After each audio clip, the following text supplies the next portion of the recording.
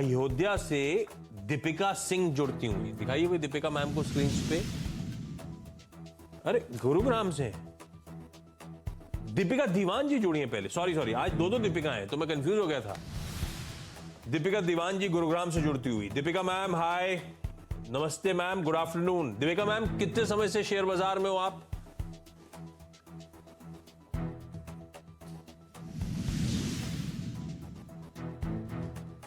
मुझे 4 साल से।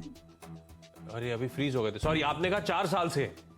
जी मैम तो 4 साल मतलब स्लो डाउन सब कोविड टाइम से पहले की कहानी। कैसे क्यों इंटरेस्ट जगा था? पहले से इंटरेस्ट था, घर पे कोई करता था? आप इक्विटीज में कैसे इंटरेस्टेड हुए?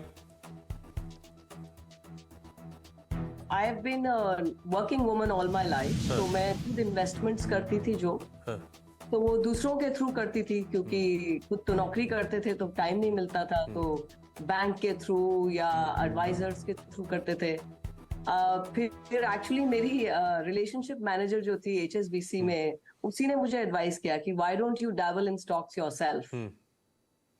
तो अब कैसे आप फंडामेंटल्स चेक करते हो, टेक्निकल्स चेक करते हो, या वो रिलेशनशिप मैनेजर कुछ क्यूज देती है आपको? नहीं, वो लोग तो नहीं देते हैं क्योंकि उनको अलाउड ही नहीं है ना। वो तो और HDFC है मेरा मेन बैंक अब, but no they not allowed to. तो एक तो आप लोग की हेल्प मिलती है थोड़ी, दूसरा फिर स्टडी करना पड़ता है ना, बिकॉज अदरवाइज तो फिर गलतियां बहुत हो जाती हैं। किसी के सुनने पे तो होता नहीं है ना पैसे का काम। बिल्कुल ठीक बात। तो मैम पहली दिक्कत, पहली क्वेरी कौन सी राजेश सर के लिए? तो पहली क्वेरी मेरी है about Dewan housing and finance, जो कि काफी समय से डेड पड़ा हुआ है। तो I have 12,200 shares at 25 rupees. जब वो नीचे जा रहा था तो मैं और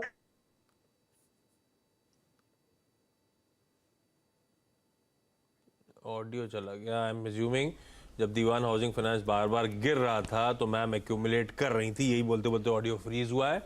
एक्यूमुलेट करते करते 12,000 शेयर्स हैं 25.5 के भाव पे। मैम यही कह रहे थे आप? जी जी जी बिल्कुल। दीवान हाउसिंग तो अब तो डीलिस्ट हो चुका है ना? पता नहीं हो गया क्या डीलिस्ट? क्या होगा? ये डीलिस्टेड है मैम, इसलिए आपको भाव वहीं का वहीं लटका हुआ नजर आएगा।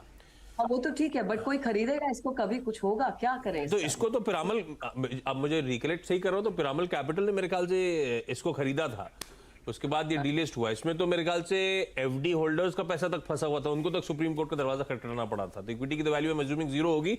याद सब कुछ होगा राजेश अग्रवाल सर को। राजेश सर DHFL अब क्या करूं? तो डीलिस्ट हो गया, इक्विटी को कुछ मिला था क्या? कोई विंडो खुली थी क्या, या इक्विटी जीरो ही हो चुका था, नलिफाई हो गई थी? देखिए आशीष जी, आपने सही कहा कि ये पिरामल ग्रुप के द्वारा ले लिया गया था, रिवर्स मर्जर के थ्रू उन्होंने लिया है। 90,000 करोड़ के डेट के साथ ये कंपनी दिवालिया घोषित हो गई थी, और जो NCLT की बोली वगैरह लगी उसमें बहुत एग्रेसिवली बिड करके पिरामल ग्रुप ने लिया। डेट वगैरह की तो जो भी रिजोल्यूशंस पास हुए जिस तरीक़ा से वो हुआ, बट मेरे हिसाब से इक्विटी ज़ीरो हो चुकी है। मेरे को जो भी रिजोल्यूशन के थ्रू मैं गया था उसमें मुझे कहीं दिखा नहीं कि इक्विटी होल्डर्स को कुछ भी दिया जाएगा। नहीं। तो आई थिंक कि ये राइट ऑफ का केस ही है पूरा। भाई यार ये तो फिर इसका मतलब ऑलमोस्ट 3 लाख रुपए का नुकसान है राजेश सर।